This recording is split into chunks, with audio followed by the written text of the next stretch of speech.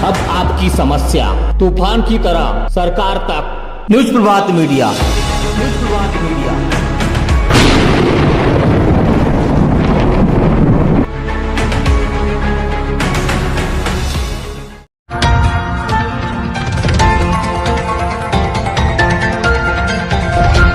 कहते हैं ना, युवा देश के भविष्य है, बेटी देश की भविष्य है।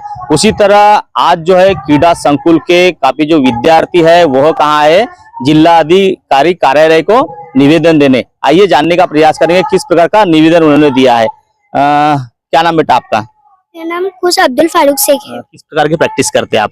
मैं रनिंग की प्रैक्टिस करता हूँ। यहाँ की पिक हुआ है आप अभी?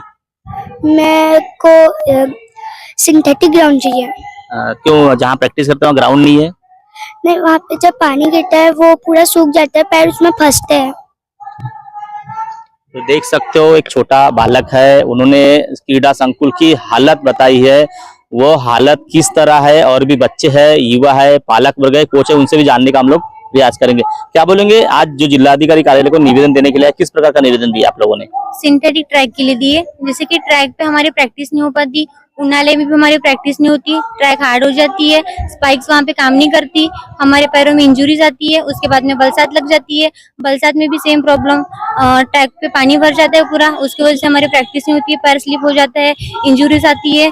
फिर हमारा उसके पीछे कंपटीशन आ जाता है, कंपटीशन में फिर सिंथेटिक पे भागो तो हमारा अच्छा परफॉर्मेंस नहीं आता, हमारे पैर भर जाते हैं या हैमस्ट्रिंग पकड़ लेती है, ऐसी बहुत सारी दिक्कत आती रहती है। अगर सिंथेटिक रहता तो और अच्छा हम कर पाते।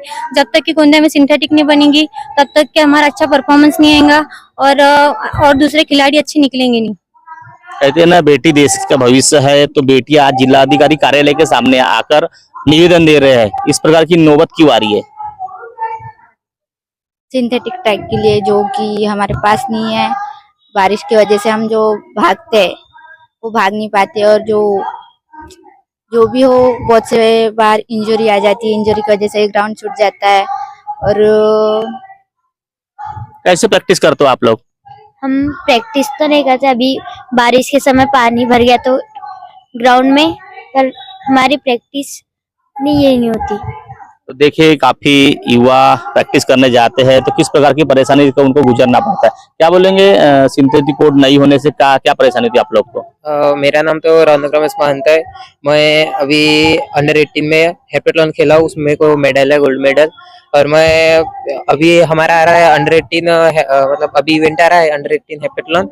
वहाँ पे अब प्रैक्टिस नहीं करेंगे तो मेडल कैसे मारेंगे अपन, और यहाँ पे हम वर्कआउट कैसे करें, क्योंकि ग्राउंड गीला है और मतलब ग्राउंड खराब है पूरा। और क्या बोलते, मैं जेवलिन कहाँ फेंकूं, जेवलिन फेंकना रहता है तो मैं जेवलिन कहाँ फेंकूं, और शॉर्टपुट कहाँ फेंकूं, और वहाँ पे 1000 मीटर भी भागना रहता है। तो अब यहाँ पे ट्रैक अच्छी नहीं है हमारे पास, मतलब सिंथेटिक ट्रैक रहेगा तो अपन वर्कआउट कर पाएंगे अच्छे से। और तो उस कारण हम इस साल का अंडर 18 का मेरा मेडल शायद है, जब बता नहीं सकते अब। तो देख सकते हो, यह सुविधा नहीं मिलने की वजह से कहीं ना कहीं बच्चों के भविष्य के साथ खिलवाड़ भी हो सकता है। कुछ पालक वर्ग है, उनसे भी जानेंगे। क्या बोलेंगे, आज पालक वर्ग भी जिला अधिकारी कार्यालय को निवेदन देने के लिए आए। आपके जो बच्चे वहाँ पे जाते हैं तो किस प्रकार की असुविधा हो रही है उनको? वहाँ तो सर असुविधा बच्चों के मान से तो बहुत ही है, और काफी दिक्कत भी है, बच्चों को इंजरी भी आ रही है।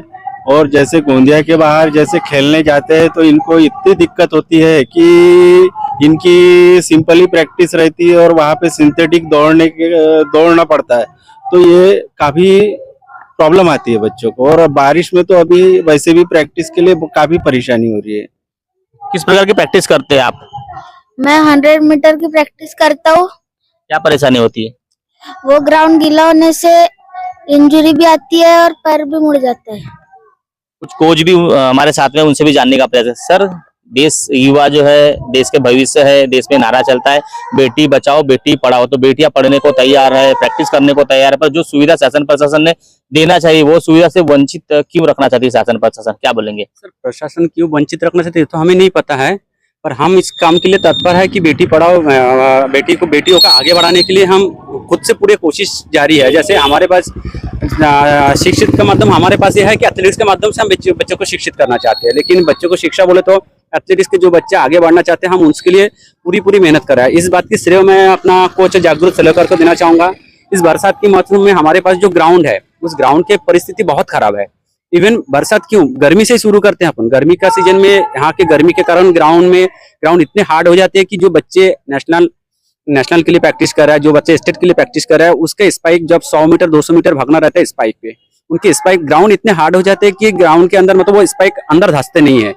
तो उसके कारण जो ग्राउंड का जो रिवर्स होती है, उनके घुटना इंजरी हो जाती है, एंकल इंजरी हो जाती है, उनके बैक इंजरी हो जाती है। उसके बाद फिर बरसात के मौसम में पूरे के पूरे ग्राउंड मतलब इतने गीले होने के बाद उसी ग्राउंड पे एथलेटिक्स प्रैक्टिस हो रही है, उसी ग्राउंड पे भर्ती प्रैक्टिस हो रही है, पूरे ग्राउंड का ऐसे हाल हो जाते हैं, पूरे पानी भर जाते हैं ग्राउंड के अंदर। तो ऐसा लगता है कि तालाब बना हुआ है ग्राउंड। तो उस ग्राउंड पे बरसात के मौसम में भी प्रैक्टिस नहीं होते।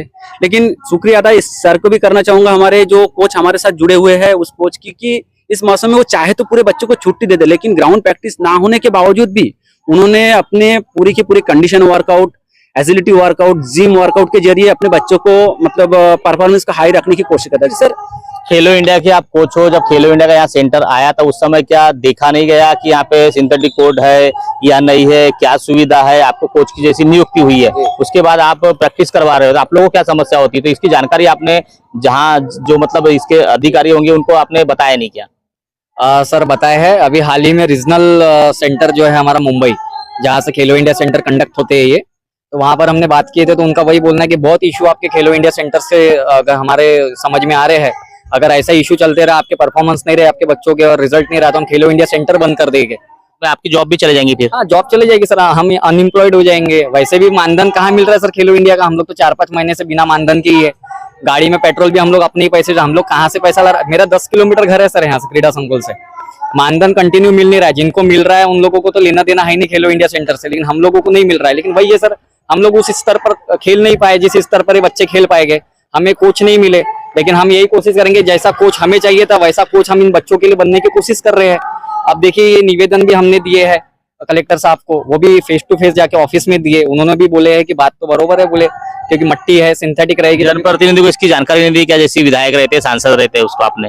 सर दिए थे, अभी तो विधायक सर भी तो ऑफिस में थे, कलेक्टर साहब के क्षेत्र के विधायक उनको भी दिए थे सर, बहुत पहले दिए थे। अभी उनके पास भी हमारा जाना है, क्योंकि हम लोग भी स्टेप बाय स्टेप जाने की हम लोग प्रक्रिया रख रहे, कल जाके ऐसा ना हो कोच को ही बच्चे को लेकर आना पड़ रहा है, यहाँ पे पालक को लेकर आना पड़ रहा है और निवेदन भी देना पड़ रहा है। ये कोच का तो काम नहीं हो सकता। जनप्रतिनिधि जब इसीलिए चुनते हैं कि कहीं ना कहीं बच्चों के साथ क्या हो रहा है, बच्चों की सुविधा क्या हो रही है, तो ये काम तो जनप्रतिनिधि का है। जनप्रतिनिधि ध्यान क्यों नहीं दे रहा होगा, क्या लगता है आपको? देखिए सर, मैं इसके पहले भी बात हुई थी अपनी, तो मैंने आपको यही बोला था कि हजारों न्यूज बनेंगे और निकल जाएंगे, जब तक के यहाँ के विधायक और अधिकारी लोग ये नहीं समझेंगे कि हमारे इंडिया, अपने गोंदिया से इंडिया लेवल का खिलाड़ी निकले, तब तक ये जनप्रतिनिधि लोग भी एक्टिव नहीं होंगे। अभी जैसा आप मुझे पूछ रहे थे, अगर कल मैं सपोज जनप्रतिनिधि रहता हूँ और कोच नहीं रहता, लेकिन मेरे अंदर आ गए कि मुझे बच्चों को तो भेजना है गोंदिया के इस लेवल पे, तो हम तो दौड़ेंगे सर, हम बिल्कुल दौड़ेंगे, क्यों नहीं भागेंगे।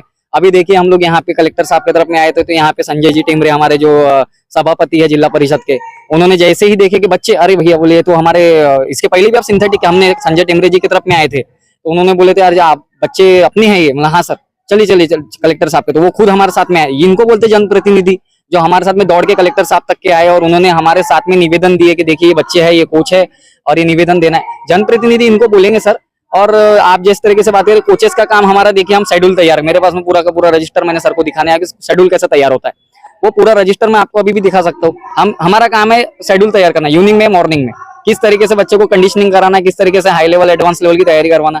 अभी हेप्टाथलॉन के बच्चे की बात हुई है, उस बच्चे का जेवलिन थ्रो कैसे करवाएंगे, शॉर्टपुट कैसे करवाएंगे, बहुत दिक्कत आ गई है सर। अभी अंडर 18 का कॉम्पिटिशन है पुणे में, वो बच्चा ट्रायल ही नहीं दूंगा बोल रहा है, उसके पेरेंट्स ने सीधा बोल दिया रहने खाने की व्यवस्था एसोसिएशन देती नहीं। ये भी बहुत बड़ा बवाल है, इस बारे में भी एसोसिएशन रहने खाने की व्यवस्था नहीं दे रही है। एंट्री फीस इतनी हाई लेवल की रख रही है जैसे कि हर बच्चा अपने घर में अंबानी है, ऐसा लग रहा है।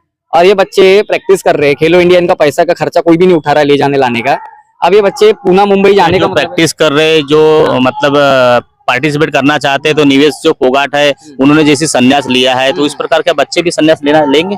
देखिए सर, मैं बच्चों का तो नहीं बता सकता वो कब लेंगे संन्यास, लेकिन मैंने जिस लेवल पे संन्यास लिया वो मुझे पता है। यूनिवर्सिटी 4 बार खेलने के बाद में मुझे समझ में आता है कि यहाँ पे कोई विकास गोंदिया में है नहीं और मेरी इतनी परिस्थिति नहीं है।